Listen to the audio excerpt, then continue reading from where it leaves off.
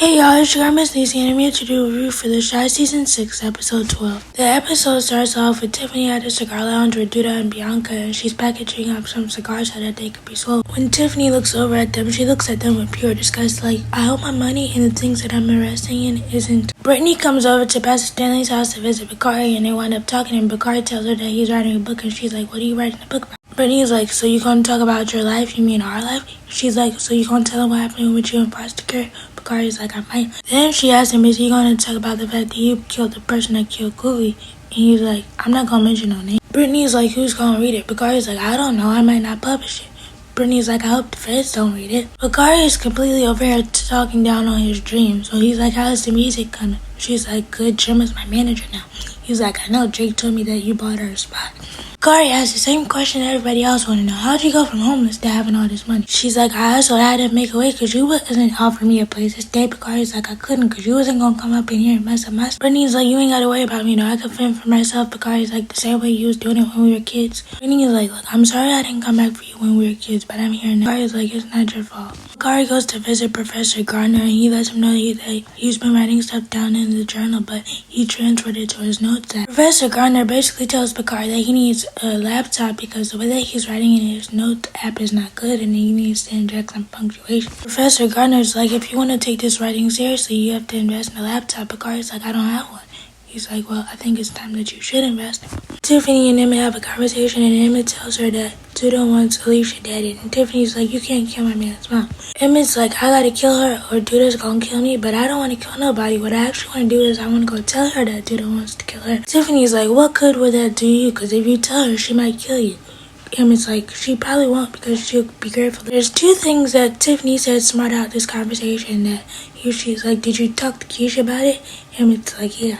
But you know Alicia better than she does, so you can tell me how she really is. And then she told him it's better to have Alicia as an ally than an enemy, and she's a lot worse than Duda. Tiffany's like, so what does got to do with me? Emmett's like, I need you to take me to her. Then we see Duda talking to Victor, and he tells him, if you don't want to spend the rest of your natural life in a cage, I would suggest you have that permit. Victor's like, I'll get it. Earlier, Bianca asked Duda if she could talk to Victor about getting her a weed permit, and of course he said he would. Victor tells Quincy that he can't be bought after Quincy says that there's an organization that wants to give him a big donation. The donation is for Rock, and Quincy tells Victor to make sure that he doesn't leave that room without getting any favors from them. Victor decides to vote yes on the mayor's budget, and this causes a lot of backlash for him, and he doesn't know how to take the brunt. As Smokey's papa tells Kenya that he's going to take a job from her father, and this comes after she asked him, once Smokey's opens back up, are you still gonna be manager? Kenya's like, I didn't know he offered you a job. Papa's like, yeah, he did. He wants me to be his assistant. Then Papa starts talking about his dad and how his dad said that her dad was flashy and over the top.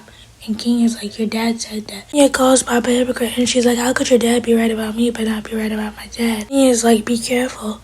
Papa's like, I think it's gonna be a good opportunity for me. Tiffany goes to talk to Bianca and tells her that if she gonna work with Duda, she can't work with Tiffany because she doesn't want her money to be mixed up with Duda's money. Bianca tells Tiffany that her and Duda's relationship is just transactional. Jose is out here snitching on Brittany to Duda and telling Duda that Brittany's not doing what she's supposed to do because Brittany's out here making music. Brittany's song comes on in the car when him and Duda are working on the car in the warehouse, and Jose is like, Brittany's out here doing music instead of doing what she's supposed to, which is getting information on Bakari. And once again, Duda, I'm confused on why you hired Bakari's own sister to get information. He goes over to Alicia to talk to her, and he basically tells her that Duda wants her dead. And Alicia's like, what are you telling me this for? She's like, I don't want to kill you. Alicia's like, you couldn't kill me if you tried because you don't have it in you. Emmett's like, me and Rob couldn't do it, but I think you could. Alicia's like, as a black woman, why do we have to do everything? Emmett's like, as a black man, as I stand before you, I'm not asking you to save me. Emmett's like, look, we both want Duda dead, and I'm here to accept a offer about taking the money to buy Duda out. Emmett basically tells her if you invest in me, it'll be a great investment because Smokey's is more than just a restaurant, it's for the community. And he also tells her that Duda says that the Harlem shop is doing good. Papa goes to visit Pastor Zeke at the mega church, and this is when Papa gets told that Pastor Zeke wants him to preach a sermon at the event tonight. And Papa's like, I don't have anything prepared. Pastor Zeke is like, that's okay. When I preach, I don't have nothing prepared either. Pastor Zeke is like, so you think I'm just going to throw you out there without a life jacket? Papa's like, that's what it feels like. Pastor Zeke is like, that's okay because I asked the Lord to guide me when I start preaching. Papa's like, so you don't write anything down?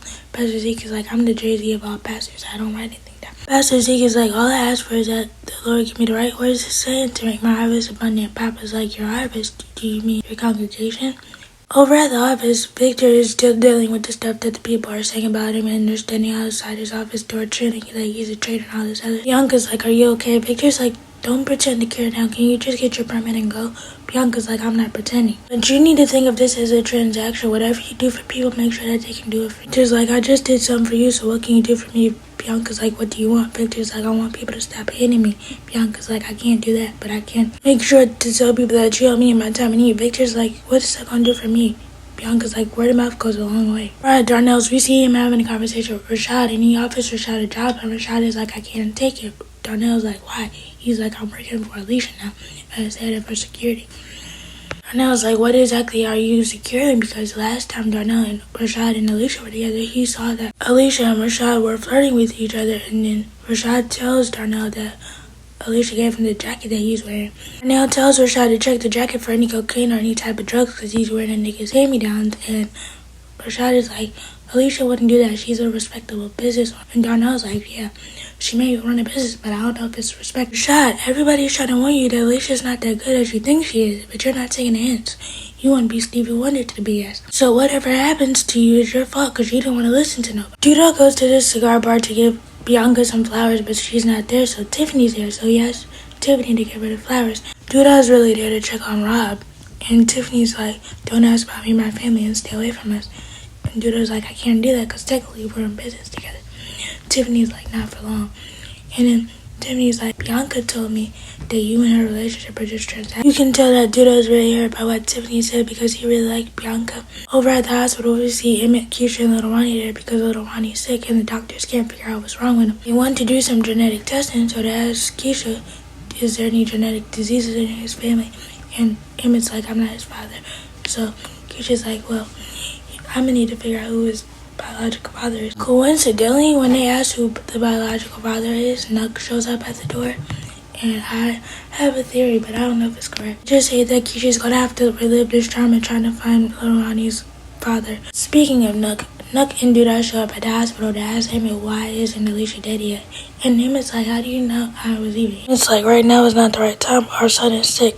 Duda's like, well, her son came over and tried to kill me. And Keisha sees all this, and she's very terrified. It's the night of the event that Pop is supposed to preach at, and the event is given very much Kanye West Sunday service vibes. Nick shows up, and the first thing Papa asks, are you actually here to support me or is he the first lady?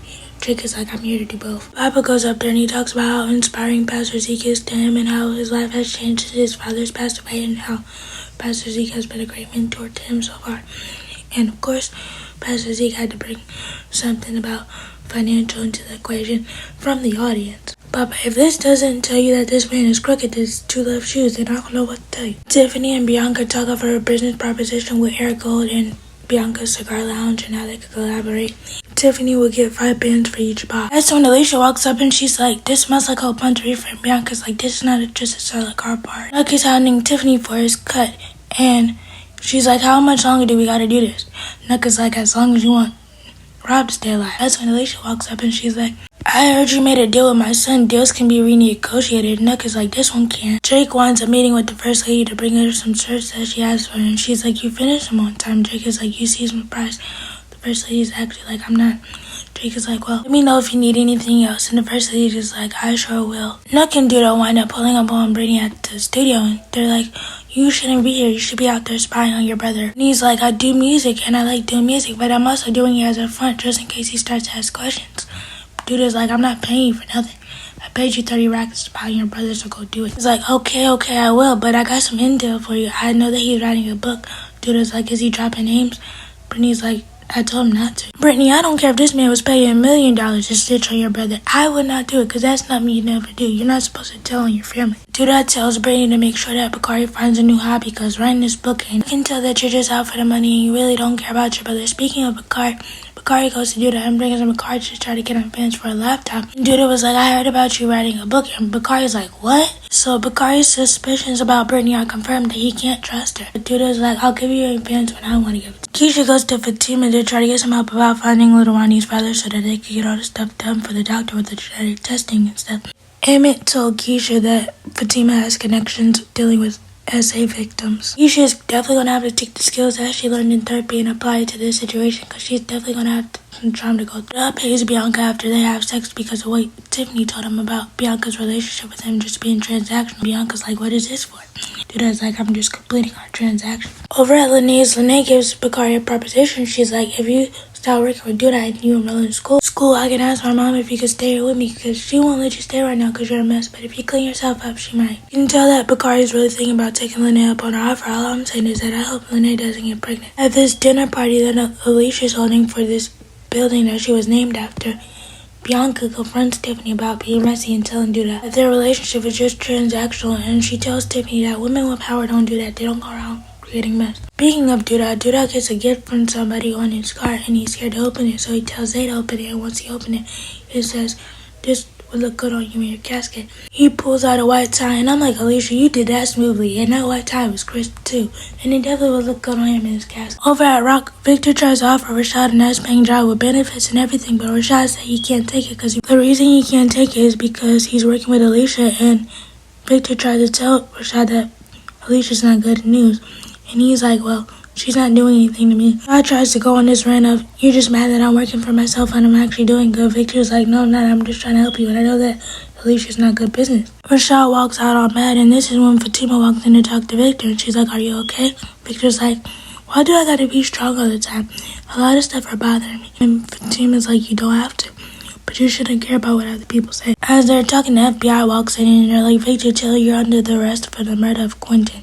Duda obviously had to plant some evidence somewhere with Victor's DNA on it, because Victor ain't do this. The episode should have honestly been called Snitches with Stitches, because everybody's snitching on everybody. Let me know what you guys think about the episode. Please be sure to like, comment, subscribe. Turn on your bell notifications. Bye!